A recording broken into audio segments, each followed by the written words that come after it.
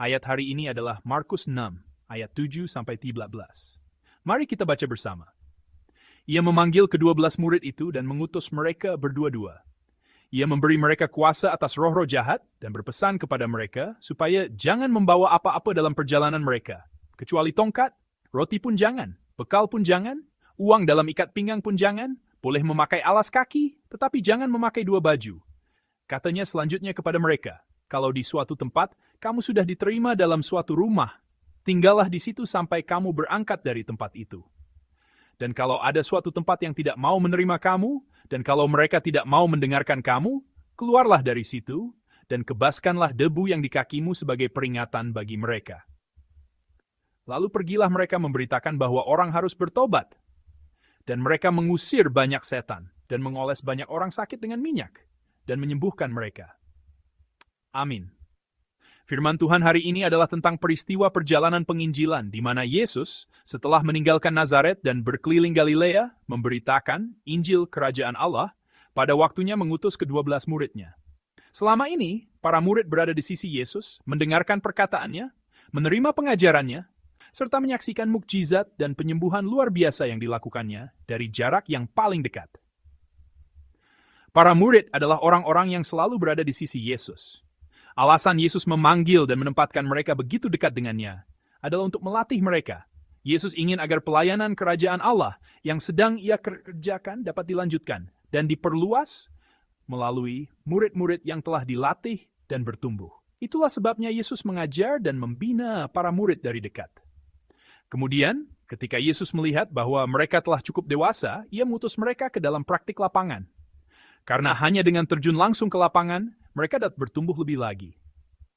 Itulah awal dari nas firman Tuhan hari ini. Mari kita bersama-sama membaca ayat 7 dari nas hari ini.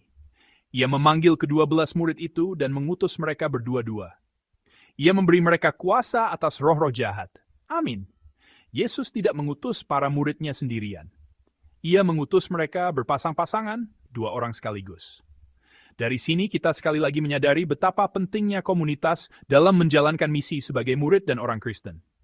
Ada pepatah Afrika yang terkenal yang mengatakan, jika Anda ingin pergi cepat, pergilah sendiri. Tetapi jika Anda ingin pergi jauh, pergilah bersama-sama. Pepatah ini sangat baik dalam menggambarkan prinsip kerajaan Allah. Demikian pula, Allah tidak membiarkan kita berjalan sendirian di jalan iman, melainkan mengumpulkan kita dalam sebuah komunitas yang disebut gereja. Tentu ada alasan yang jelas untuk itu. Sejak awal, Yesus menghendaki kita untuk menapaki jalan iman melalui komunitas yang bernama gereja ini. Alasannya adalah karena hidup sebagai terang di dunia yang gelap, hidup dengan nilai-nilai kerajaan Allah tanpa mengikuti arus dunia, dan hidup sebagai insan Injil di dunia yang merasa tidak nyaman dengan Injil. Semua ini akan membuat kita cepat kehilangan kekuatan jika melakukannya seorang diri. Namun, ketika kita berada di dalam komunitas gereja, saling menguatkan dengan kasih dan doa sambil berkata, kamu tidak berjalan sendirian, serta berjalan bergandengan tangan sebagai satu tubuh di dalam Yesus Kristus, kita akan mampu menyelesaikan perjalanan iman ini sampai akhir. Terkadang, jika ada yang jatuh, kita akan membangunkannya. Dan jika ada yang kesulitan, kita akan menegakkannya kembali dengan kasih dan dorongan semangat sambil bersama-sama menapaki jalan iman ini. Oleh karena itu, untuk menapaki jalan yang sempit ini sampai akhir, kita harus bersama, bukan sendirian.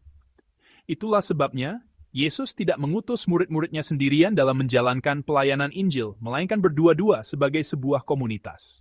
Selanjutnya, Yesus juga berbicara tentang apa yang harus dibawa oleh para murid. Mari kita baca bersama ayat 8 dan 9. Dan berpesan kepada mereka supaya jangan membawa apa-apa dalam perjalanan mereka, kecuali tongkat, roti pun jangan, bekal pun jangan, uang dalam ikat pinggang pun jangan, boleh memakai alas kaki, tetapi jangan memakai 2 baju. Amin. Saat merenungkan firman ini, saya membayangkan seperti apa raut wajah para murid ketika Yesus mengatakan hal ini. Saya yakin mereka pasti terbelalak sambil bertanya, apa? Kita sendiri, bahkan untuk perjalanan yang tidak terlalu jauh, biasanya membawa berbagai macam barang di dalam koper. Namun, Yesus sekarang berkata kepada para murid yang akan memulai perjalanan penginjilan yang tidak diketahui berapa lama, untuk tidak membawa apapun kecuali tongkat. Ia juga berkata agar mereka hanya mengenakan pakaian yang sedang dipakai, tidak membawa uang, dan tidak menyiapkan bekal. Melalui firman yang mungkin terasa sangat ekstrem ini, Yesus sedang melatih para murid untuk bergantung sepenuhnya pada pemeliharaan dan penyediaan Allah. Lebih spesifik lagi, Yesus sedang berkata kepada para murid, hidupmu bukanlah milikmu, melainkan milik Allah. Oleh karena itu, Allah yang akan bertanggung jawab. Kalian harus dapat mengalami kebenaran ini di dalam hidup kalian. Hidupmu bukanlah tanggung jawabmu, tetapi karena kamu adalah milik Allah, maka Allah yang akan bertanggung jawab atas hidupmu. Ia sedang mengajar mereka untuk memulai perjalanan dengan mempercayai kebenaran ini. Karena sesungguhnya ada anugerah dan kuasa Allah yang hanya dapat dialami ketika kita taat. Ada sebuah lagu rohani terkenal yang berjudul Rumput Menjadi Kering. Lagu itu dimulai dengan lirik, rumput menjadi kering, bunga menjadi layu, tetapi firman Tuhan kekal selamanya. Di antara lirik lagu tersebut, ada bagian yang sangat saya setujui. Lirik itu berbunyi, barang siapa melakukan firman Tuhan, ia akan melihat kuasanya. Dengan kata lain, kuasa Allah hanya dapat dialami sepenuhnya oleh mereka yang taat dan melakukan firman-Nya. Saya percaya semua jemaat sekalian juga memiliki pengalaman seperti ini. Meskipun hati dan perasaan kita tidak ingin penuh keraguan, meskipun berbeda dengan logika dunia, tetapi karena itu adalah firman Allah, karena Allah telah berfirman demikian.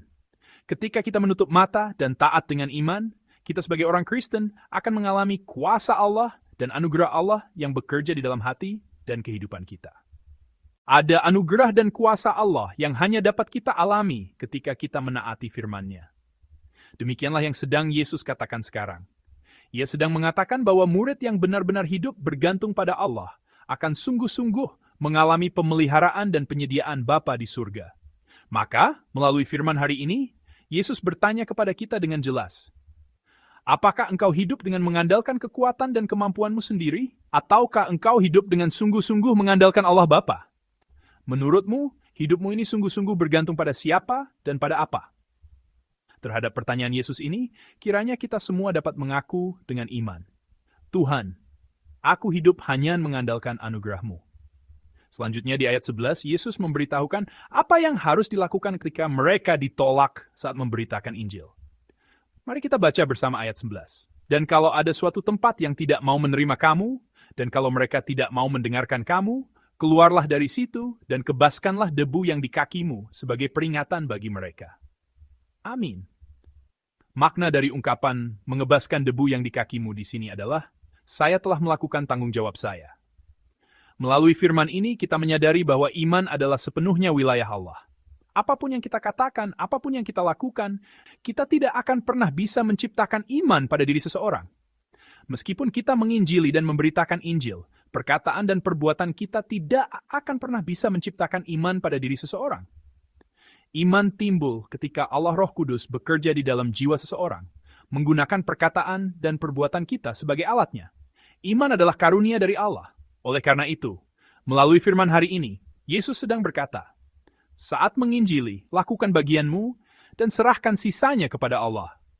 Maka dari itu, saat kita menginjili, kita tahu betapa berharganya satu jiwa.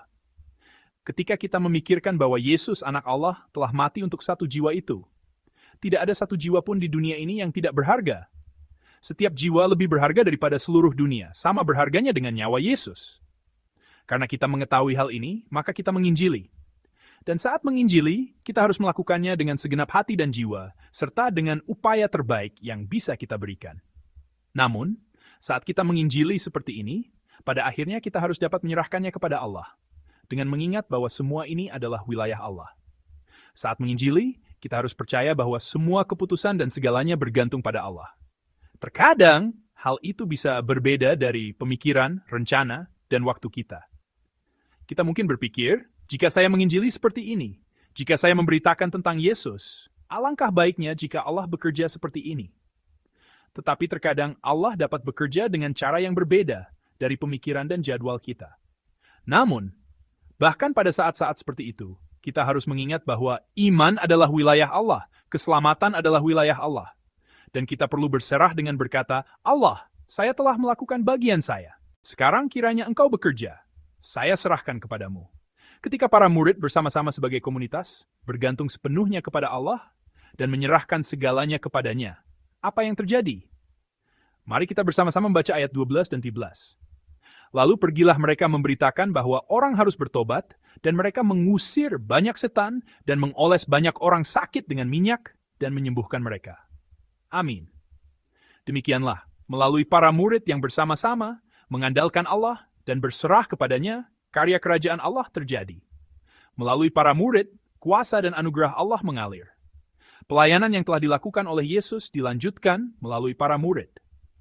Jemaat sekalian, melalui firman hari ini, Allah memberikan pengajaran penting kepada kita masing-masing tentang bagaimana kita dapat menjalankan kehidupan sebagai murid dan memenuhi misi murid dengan baik di tempat di mana kita berada. Kita tidak dapat menyelesaikan perjalanan iman ini, misi sebagai murid, jalan yang sempit ini, seorang diri. Itulah sebabnya Yesus telah mengumpulkan kita ke dalam komunitas iman yang berharga yang disebut gereja. Di dalam komunitas berharga yang telah Tuhan berikan ini, sambil kita bersama-sama memandang ke tanah air surgawi, mengingat bahwa kita adalah orang-orang yang hidup bersama sebagai murid, yang hidup sebagai terang melawan arus dunia. Kiranya kita dapat saling menguatkan dengan kasih dan doa, dan bersama-sama menjalankan misi yang Tuhan percayakan kepada kita. Saya memberkati Anda sekalian dalam nama Tuhan. Dan kita, sebagai murid, harus ingat bahwa hidup kita tidak bergantung pada diri kita sendiri, melainkan pada Allah. Kita harus ingat bahwa hidup kita adalah milik Allah. Di dalam Yesus, kita telah menjadi umat milik Allah. Oleh karena itu, umat Allah akan ditanggung dan dipelihara oleh Allah. Sebagaimana Ia berfirman, "Janganlah kamu khawatir akan hal apa yang akan kamu makan atau minum, atau apa yang akan kamu pakai. Karena Bapamu yang di sorga tahu bahwa kamu memerlukan semuanya itu." Demikianlah umat Allah akan ditanggung oleh Allah. Jika kita sungguh-sungguh mempercayai kebenaran ini, kita dapat terbebas dari kepemilikan kita. Dengan demikian, sebagai murid Yesus, kita tidak melekat pada hal-hal duniawi dan kepemilikan kita, melainkan percaya pada pemeliharaan dan penyediaan Allah. Kiranya Allah menganugerahkan kepada kita iman yang besar dan berharga, sehingga kita dapat membuka tangan kita yang tergenggam dan membiarkan milik kita mengalir sesuai dengan kehendak Tuhan. Saya memberkati Anda sekalian dalam nama Tuhan. Terakhir, iman adalah wilayah Allah, dengan kebebasan dan keberanian yang datang dari mempercayai pekerjaan Allah dan menyerahkannya kepadanya. Kiranya kita dapat berjalan bersama Tuhan hari ini sebagai insan Injil yang memberitakan Injil di tempat kita berada. Saya memberkati Anda sekalian dalam nama Tuhan.